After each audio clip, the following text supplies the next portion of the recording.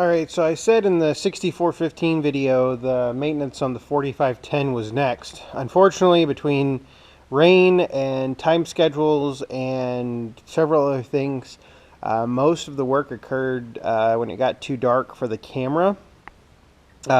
So we did get I'll throw in the footage for the transmission or for the hydraulic change. I'll throw that in because there's only like 3 or 4 minutes of it. But that's been done. Got everything changed out and whatnot. The only thing that hadn't been done is the front axle.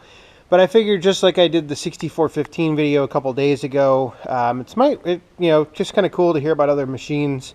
This 4510, I believe it's a 2003. They only made these machines for 2 years, I think 3 and 4, 2003 and 2004, before they went to the 40.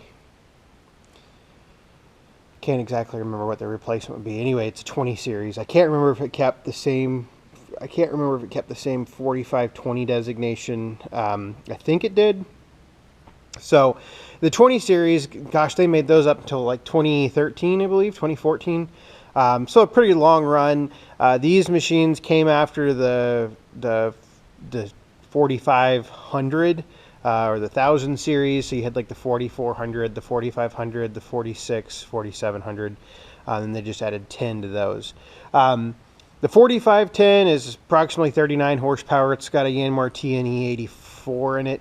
Yanmar engines are absolutely fantastic. I mean, I've got enough of them. You've seen on all my other machines. This particular tractor has almost 2,300 hours on it. And it's just been a workhorse, and you can see kind of from the condition that it's been worked pretty hard. It's done anything from grading work to front end loader work. It mowed 60 acres of pasture one time with an MX6 mower. It's done. I mean, just goes and goes and goes. Still got the original tires on them, and the rear tires are going to be replaced the next year. Front tires are still original. I mean, I can't say enough good things about this machine. To my knowledge, I don't think there's ever been knock on wood. Let me find some wood. Been a major mechanical failure on it or anything like that. Had some minor ones. Had a battery blow up in it one time. That was fun. Out in the middle of a field. Naturally, that acid on the battery just dripping on the frame. Trying to get that neutralized and whatnot. But fun little machine. It's got a power reverser transmission. I cannot remember if the E-Hydro was offered on the 4510. I know it was offered on the 46. It may have been offered on the 4510. I'd have to go back and look. We were looking at a couple different models when we got this one. We got a 460 loader on it. Good little loader. You can kind of tell the loader's been through quite a bit. It's starting to eat out at the bottom. I've got some hay in the bucket right now. Plastic on this machine is absolutely god-awful. Absolutely terrible. This is a second hood on it, and the fuel door's already come off. The seat, that's a second seat. And I actually, a couple years ago, broke the springs in the seat when I sat down in it. We know that I'm not a particularly small guy. Broke the seat springs on it. That's the new plastic around the base of the seat. That's all been replaced. I believe it's had new decals. So it's got new decals on the hood. This part right here has not been replaced. Alright, so there's going to be a break in the video there. Sorry about that. Had to take a phone call. So anyway, this has not been replaced, but you do have the dash cluster. The only thing that works on the dash cluster are the RPM, the tachometer, and the hours on the machine. That still works, even though it's kind of fuzzy. There's some moisture buildup in there. The tilt wheel no longer works, and a couple other things. I mean, you can just generally see. I mean, this machine, it's 15 years old and 2,300 hours on it. It's had a hard, it's used for 20-30 minutes a day at most.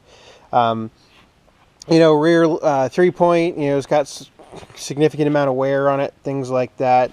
Just lots of little things. But I mean, it's still a great running machine. I'll crank it up here in just a minute. I mean, the box blade, you see the box blade's got quite a bit of use on it, a lot of rust. I mean, the environment we're in is pretty harsh. Like I said, it's done a lot of PTO work. It's pulled an MX6 mower for quite a while. The front axle does leak. This is kind of a machine critique over anything. But, you know, good little machine. I think that, you know, it's got plenty of power for its size. Let me go sit up in the seat and we'll go over the controls.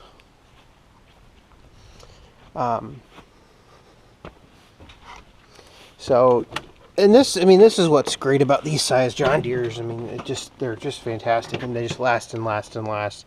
Yanmar engine's great. So over here you have your left-hand reverser, you know, forward reverse, things like that. Hand throttle, headlights right here. Your turn signals over here. Clutch is down there, and then your parking brake is right there. Your twin brakes, turning brakes. Then over on this side you have your hydraulic control. You have your 3-point control right here, 4-wheel drive, PTO, handy dandy cup holder. Then over on this side you have your range selector, ABC range. That is, I don't believe that's synchronized, so I think you have to stop before you change ranges. Then you have your synchronized shift like that, or shift through your gears. So in total 12 forward, 12 reverse. You know, you don't have to shift between forward and reverse on the shuttle shift. So I think that's pretty much it. I'll crank it up here in just a minute and we'll be good to go. So you can see the 22.9 something, looks like 98.1. I believe that's what it is on the hours. So go ahead and crank it up. So it cranks right up, starts right up every single time. So we're going to go in B4.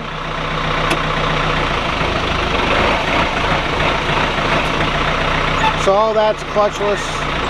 Your shuttle shift is, you know, you won't need to touch the clutch, the shuttle shift.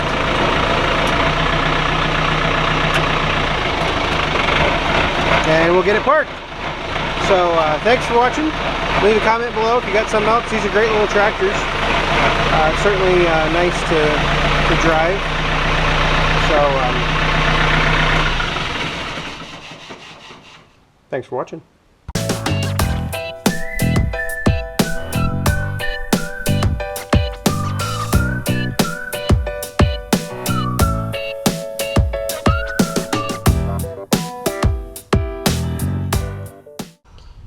Alright, so up next on our maintenance series here, I got the 6415 done, finishing up doing the coolant and that, and now on to the 4510. Already got the engine oil changed, and now we're working on the transmission and the hydraulic fluid.